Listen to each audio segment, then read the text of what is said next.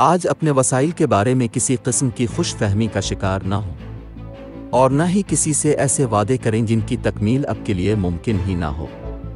ऐसा करने से कई गैर मुतवक्के हालात व वाक़यात ज़हूर पज़ीर हो सकते हैं जिनकी वजह से आपका एतमाद भी मुतज़लज़ल हो सकता है।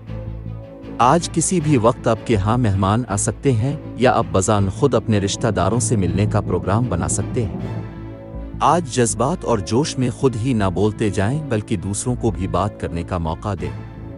बहुत सी मुश्किलात से नबर्द आज़मा होने के लिए अब खुद को तैयार कर पाएंगे और अपने जोश व खरूश की वजह से बहुत ज़्यादा मुतहर्रिक भी हो सकेंगे। आज के दिन दोस्ती और रिश्ता इज़्दिवाज के लिए मौजू अफराद। बुर्ज जद्दी, बाकी तमाम बुर्ज के लोगों से एहतियात बरतें।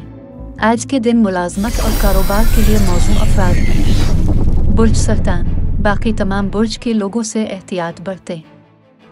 आज का दिन आपके लिए कितना लकी साबित होगा।